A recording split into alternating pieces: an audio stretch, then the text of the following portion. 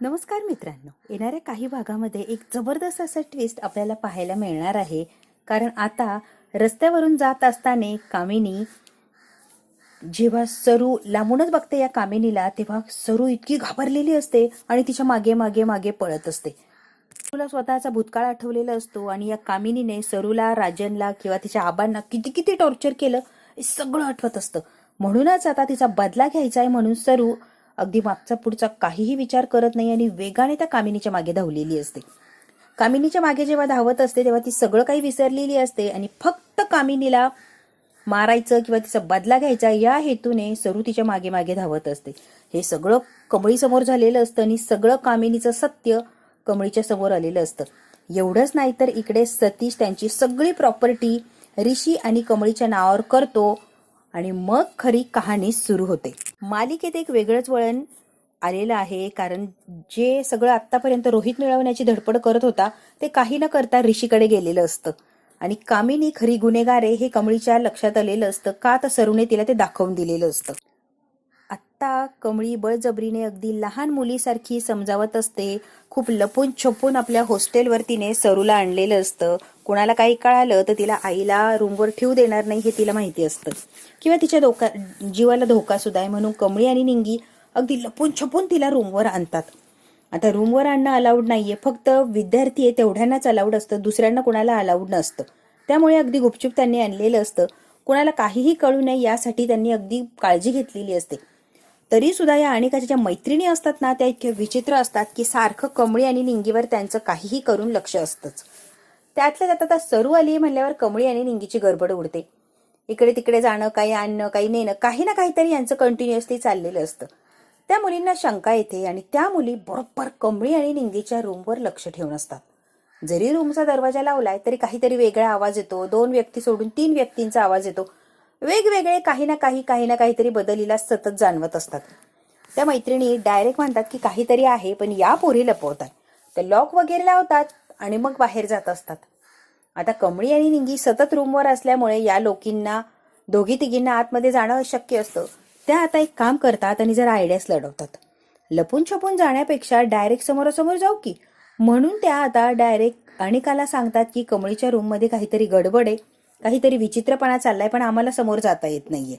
आता कमळी नेमकी काय विचित्रपणा करतीये, काय लपवण्याचा प्रयत्न करतीये हे आम्हाला काही कळत नाहीये. अनिका तू जर आली तर तू स्वतः बघू शकतेय, कारण त्या दोघी आम्हाला काय आतमध्ये जाऊ देणार नाही आणि नेमकी रूमवर काय गडबड आहे हे आम्हाला कळणार नाही. अनिका म्हणते डोंट वरी, मी लगेच येते आणि त्या कमळीला आणि निंगीला हाताला धरून बाहेर काढते. नेमकी त्यांच्या रूमवर काय गडबड आहे ना हे मला कळायलाच हवंय. कधी कधी वेगळा आवाज येतो, काहीतरी विचित्र जाणवतो ग, पण काहीतरी आहे बाई. अनिका म्हणते डोंट वरी, मी येतेच. आता लगेच अनिका अजिबात मागचा पुढचा विचार करत नाही, उशीर लावत नाही. वेळ साधून बरोबर ती हॉस्टेलवर आलेली असते. आता निंगी आणि कमळी काहीतरी कॉलेजवर काम असतं म्हणून ते रेग्युलर आपल्या जातात, आवरतात आणि निघून गेलेले असतात. कमळीच्या रूमवर काय आहे हे तपास लावायचा आहे म्हणून अनिका अगदी धावत पळत तिथे आलेली असते. मैत्रिणीने सांगितलंय की या दोघी रूमवर नाहीये, तुला यायला लागणार आहे. लगेच अनिका आलेली असते. निंगी आणि कमळी जशा हॉस्टेलमधून बाहेर जातात तशी अनिका हॉस्टेलमध्ये एंट्री घेते. त्यांना अंदाजच नसतो की अनिका आलीये. ती रूम रिकामी असते, सरू एकटीच रूमवर असते आणि सरूलाही अंदाज नसतो की असं काहीतरी होऊ शकतं आणि अनिकालाही माहित नसतं की तिच्या रूमवर कोणीतरी आहे. फक्त एक अंदाज असतो म्हणून ती शोधायला आलेली असते. अनिका आता बरोबर कमळी आणि निंगीच्या रूम मध्ये शिरलेली असते. तेव्हा सरू एकटीच असते, पण सरूला तहान लागते आणि पाणी संपलेलं असतं. पाणी आणण्यासाठी लपत छपत सरू बाहेर पडलेली असते. अनिका पूर्ण रूमचा चक्कर मारते, तिला काही दिसत नाही. ती म्हणते या मुली पण ना एकदम मूर्ख आहे, काहीही ऐकतात आणि काहीही मला सांगायला येतात. या रूमवर कोणीच दिसत नाही आणि यांना कुठून वेगवेगळे आवाज येतात. वेगवेगळे आवाज म्हटल्यावर एक तर माणूस असेल किंवा भूत असेल. इथे माणूसही नाही आणि भूतही नाहीये, मग या मुलींना कुठून आवाज येतात.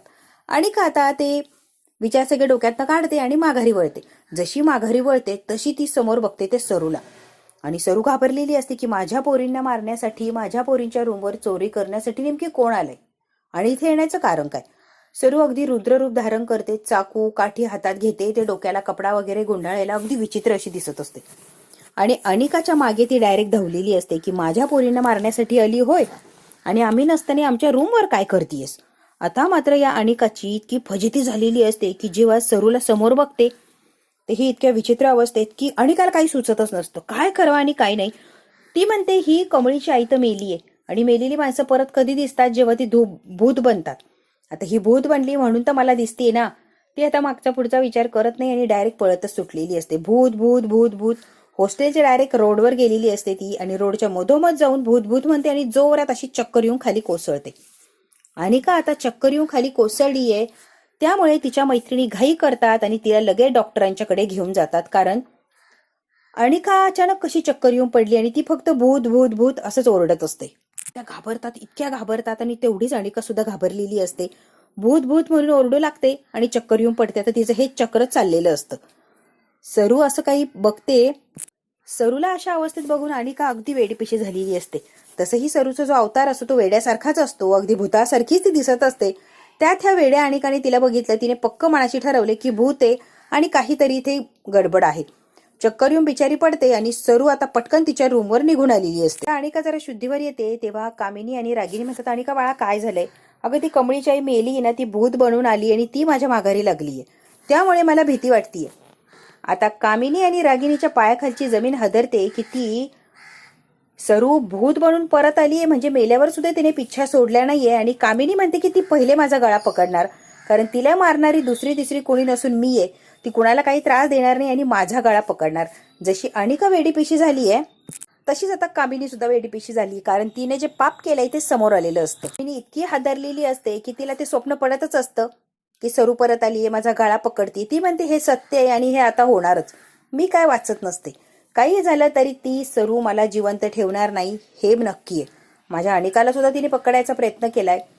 आता मी काय करू आणि कुठे लपू अशी कामिनीची अवस्था झालेली असते. जे पाप केलंय ते समोर आलेलं असतं. अन्नपूर्णा आजीपर्यंत ही बातमी गेलेली असते. अन्नपूर्णा आजी म्हणतात, वेडी आहेस का? कमळीची आई वारली आणि ती कशी आली इथे? तिचा काही संबंध नाहीये. पूर्ण आजीला संशय सुद्धा येत नाही. पूर्ण आजी म्हणतात, कामिनी तुझ्या मनातच सगळं चाललंय, एकदम शांत बसायचं आणि काहीही डोक्यात आणायचं नाही. कामिनी आता गप्प झालेली असते. आपण जर काही बोललं तर म्हातारीच आपल्याला नरड पकडायची, कारण मी सरूला मारले हे तिच्या लक्षात येईल, म्हणून मी आता बंदच ठेवते तोंड, अजिबात काही बोलत नाही. कामिनी आता अगदी सरूच्या जवळ जाण्याचा प्रयत्न करत असते.